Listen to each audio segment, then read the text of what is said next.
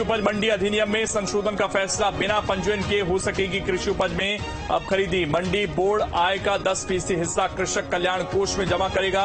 नगरीय क्षेत्रों में पहले जारी किए गए सभी परिपत्रों निरस्त किए गए हैं। जीएसटी विधेयक 2024 के प्रारूप को कैबिनेट से मंजूरी मिली है। रायपुर का मोवा बाजार का नाम बदलने पर भी हुआ फैसला। शहीद भरतलाल साहू के नाम से जाना जाएगा मोवा बाजार। आईडी ब्लास्ट में शहीद हुए थे भरतलाल साहू।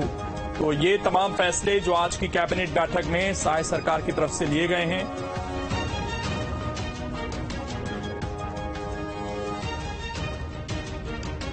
आज प्रथम अनुपूरक अनुमान 2024-25 का विधानसभा में उपस्थापन के लिए छत्तीसगढ़ विनियोग विधेयक 2024 के प्रारूप का अनुमोदन किया है। किसानों को उनकी फसल का अधिकतम मूल्य प्राप्त हो, इसके लिए छत्तीसगढ़ कृषि उपज मंडी अधिनियम में संशोधन किए जाने का निर्णय लिया है।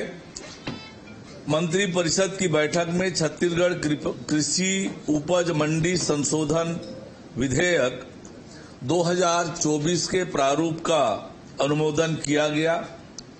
इसके माध्यम से अन्य प्रदेशों के मंडी बोर्ड अथवा समिति के एकल पंजीयन तथा अनुज्ञप्तिधारी व्यापारी एवं प्रसंस्करणकर्ता भारत सरकार द्वारा संचालित ई नाम पोर्टल राष्ट्रीय कृषि बाजार के माध्यम से अधिसूचित कृषि उपज की खरीदी व बिक्री बिना पंजीयन के कर सकेंगे। इससे छत्तीसगढ़ राज्य के किसानों और विक्रेताओं को अधिकतम मूल्य मिल पाएगा।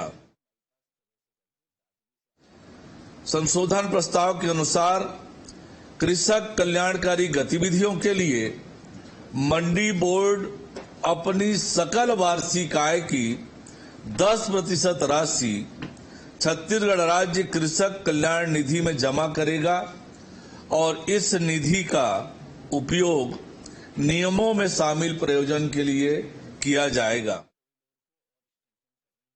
हम सब ने भी देखा कि अभी आईईडी ब्लास्ट में हमारे मोवा के रहने वाले एसटीएफ के जवान भरतलाल साहू शहीद हुए हैं और उनकी स्मृति को अक्षुण्ण बनाए रखने के लिए प्रदेश के मुख्यमंत्री आदरणीय विष्णुदेव साय जी ने मोवा बाजार चौक रायपुर का नामकरण शहीद भरतलाल साहू चौक करने की घोषणा उन्होंने की है।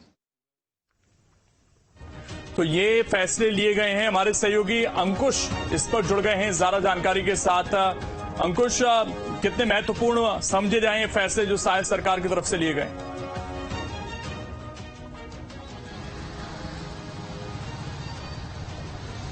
देखिए लोकेन, छत्तीसगढ़ में मानसून सत्र शुरू होने वाला है और मानसून सत्र पूरा का पूरा सत्र जो है वो किसानों के लिए बुलाया जाता है और किसानों के लिए ही इसमें फैसले लिए जाएंगे।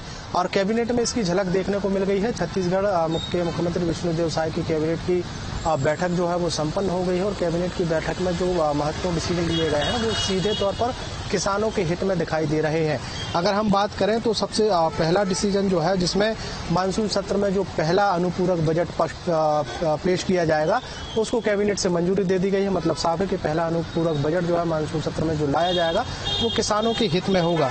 दूसरे महत्वपूर्ण निर्णय की अगर हम बात करें तो अनुपूरक बजट के बाद बात आती है कृषि उपज मंडी का जो विधेयक है उसमें संशोधन किया गया है। मतलब जो विधेयक अब तक चलता आया है उसमें संशोधन करके कैबिनेट से मंजूर करा के इसको अब विधानसभा में पेश किया जाएगा और विधानसभा से इसको पारित कराने की पूरी सरकार जो है पूरी तैयारी में है। अधिकतम जो किसानों का जो उपज मूल्य जो है वो बिना पंजीयन के खरीदा जाएगा। मतलब कृषि उपज मंडियों को अब सीधे तौर पर अगर किसानों का पंजीयन नहीं है उसके बाद भी वो किसानों से उनका उत्पाद खरीद सकते हैं। ऐसी मंजूरी जो है कैबिनेट की तरफ से मिल गई है।